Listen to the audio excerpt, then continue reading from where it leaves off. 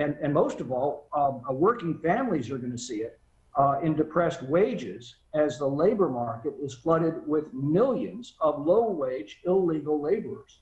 So this is coming to all of our communities. If you're not seeing it yet, you're going to be seeing it very soon. These numbers are escalating, as I said, there are, according to Gallup, there are 42 million people behind them waiting to come. Barbara in Oklahoma City, Democratic caller. Hi. Lord, this guy lies. I can't even start. I can't believe you let these people come on here and just go on and on with lies, lies, lies.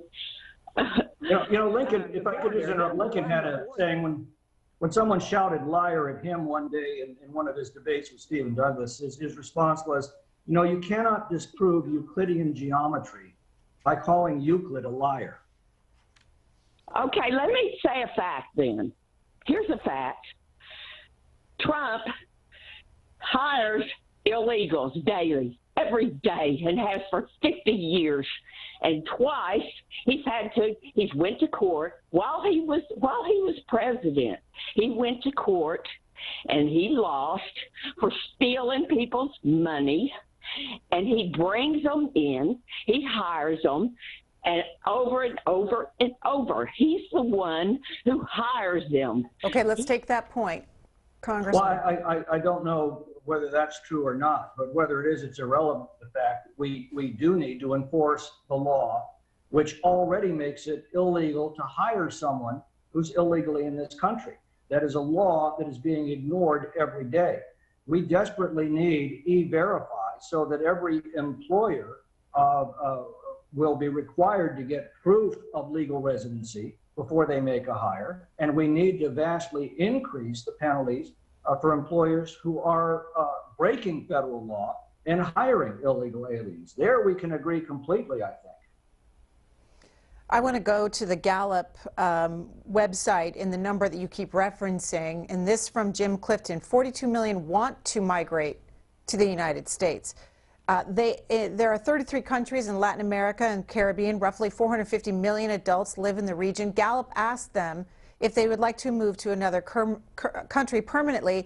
27% said yes. This means roughly 120 million would like to migrate somewhere. Gallup then asked them where they would like to go, and 42 million, or 35%, said they want to go to the United States.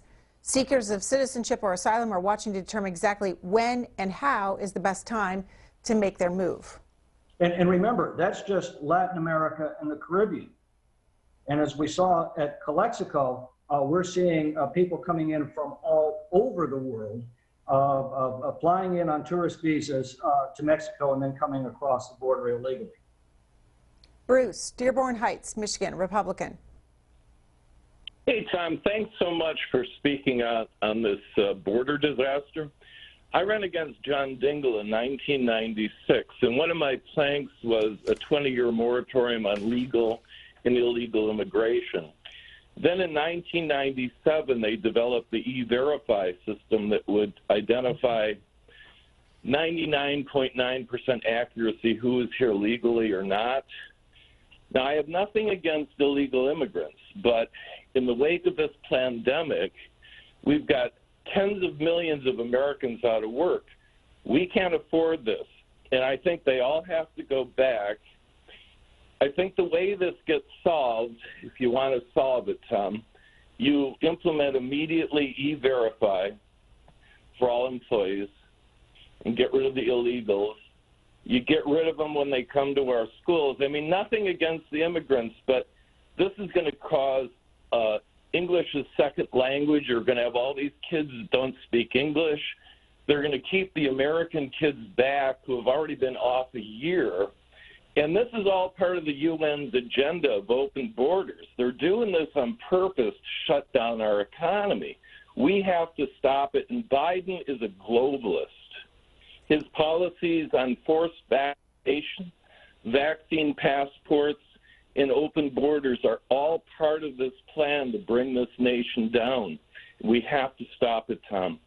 Well, there's no doubt in my mind that these actions are deliberate. This is not simple incompetence. This is a deliberate policy of essentially rendering our borders meaningless. And a country without borders isn't a country at all. It's just a vast international territory between Canada and Mexico, both of which, by the way, have immigration laws that they actually enforce. But I do think we need to make a very clear distinction between legal and illegal immigration. People I've found who are the angriest about illegal immigration are legal immigrants who obeyed all of our laws, respected our nation's sovereignty, who waited patiently in line, who did everything our country asked of them to do. And now they're watching millions and millions of people cutting in line in front of them.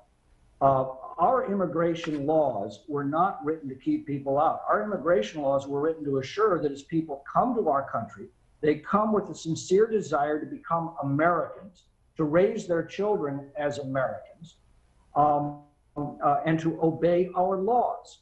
Illegal immigration undermines that whole process of legal immigration that makes our country of immigrants possible in the first place. The only way you can create one great country from all the countries in the world is through that process of assimilation. Our immigration laws were written to promote and support that process of assimilation. Illegal immigration tears that all down and creates what we're now starting to see from the left, and that is not a country united around our common principles and beliefs, but rather a country divided into tribal groups. And that is destructive of any society. Congressman, Republicans are gathering as we speak right now, and I know you've got to go there as well. A meeting taking place behind closed doors in just a couple of minutes to debate and possibly vote on whether or not Congresswoman Liz Cheney should retain the #3 post in leadership for your party. You had mentioned that you do not support replacing her with New York Republican Elise Stefanik. Do you know how many of your other Republican colleagues agree with you that they don't want to see Elise Stefanik in the #3 spot? Well, I can't read minds. In my conversations with colleagues, I would say there are quite a few.